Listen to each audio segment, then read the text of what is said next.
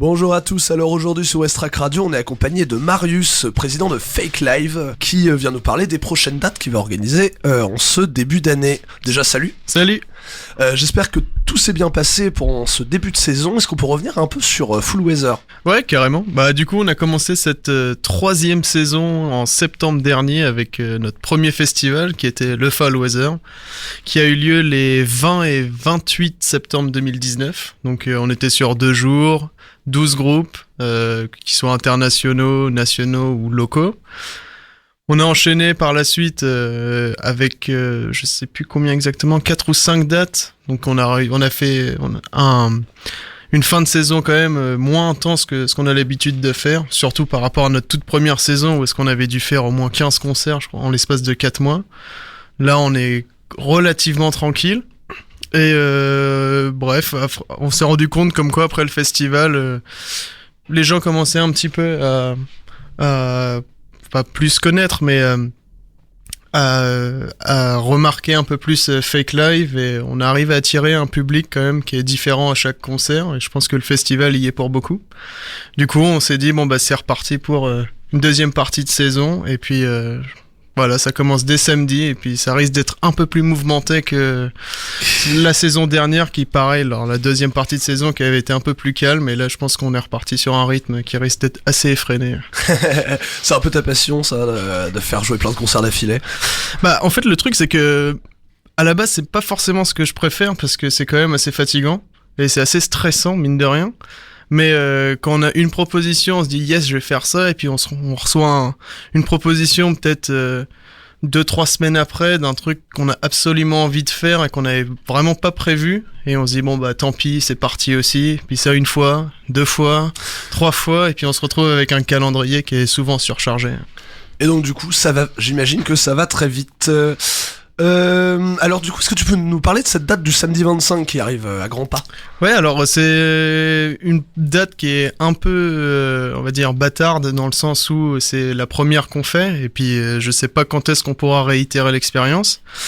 Du coup, c'est une carte blanche, c'est la première qu'on fait, et pour le coup, c'est Dick Voodoo qui est en charge de la programmation de cette soirée-là, au MAC, et ils ont décidé d'inviter leurs potes de Steeple Remove, les Rouennais, qui ont quand même 5 albums derrière eux, dont un dernier qui est paru sur le gros label Fuzz Club Records. Yes. Où est-ce qu'on peut retrouver des groupes comme Night Beats, The Warlocks, quand même des assez gros pontes. Et ils ont aussi invité leur pote de LSQD, qui est un duo qui fait des DJ sets rock électronique. Donc ce sera ça la première soirée de l'année. Et avec quoi on enchaîne après ça ? Alors juste après, on sera de retour pareil. Voilà, quand je disais les genres de dates qui arrivent au dernier moment, c'est exactement ce qui s'est passé avec celle d'après, qui arrivera le 2 février, qui tombera un dimanche. On fera les Britanniques Crows, qui pareil, qu'on a pu peut-être déjà voir à Rock in the Barn lors de leur précédente édition, à la Route du Rock. Enfin, ils ont fait des assez gros festivals. C'est un groupe qui commence à exploser au Royaume-Uni, un peu partout en Europe. Ils sont signés sur le label de Joe Talbot de Idols. Ils s'apprêtent à faire leur première tournée aux États-Unis au mois de mars. Enfin, ils ont un futur un futur qui s'annonce assez radieux. Et voilà, on a eu la possibilité de les faire vraiment en mode coup de chance. Ouais. Yes. Et voilà, donc ils seront accompagnés des Rouennais Cerveau, qui aussi feront leur retour presque après 1 an depuis leur dernière date avec les Psychotic Monks en avril dernier.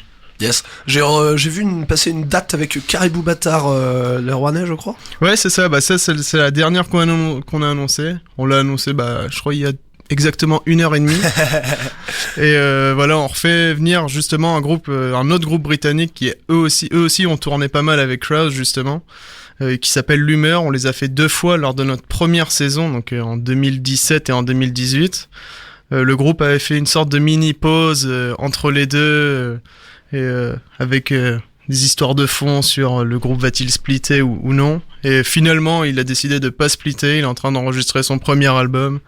Et ce sera l'occasion justement de les revoir sur scène le 28 février. C'est un vendredi soir. Avec les Caribou Bâtards, justement. Yes. Est-ce qu'on est toujours dans cette lignée de concerts garage punk, garage rock, garage fuzz Bah justement, en fait là, c'est ça qui est assez rigolo, c'est qu'avec les concerts qui, du moins les premiers qui ont été annoncés là dernièrement, on essaie de sortir un peu de cette étiquette de uniquement garage ou garage punk. Alors certes, on va en retrouver quand même pas mal, mais c'est pas forcément l'image qu'on a envie de retranscrire sur cette deuxième partie de saison.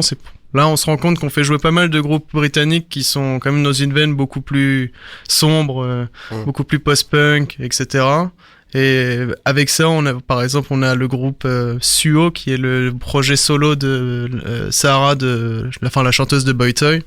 Elle qui est plus dans une veine disco pop, yes. Avec un fond de garage quand même, parce que voilà, faut quand même un peu quoi.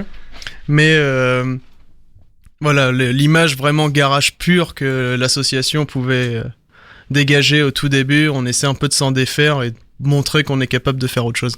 Et pour ces 3 prochaines dates, de toute façon, on est toujours au McDez.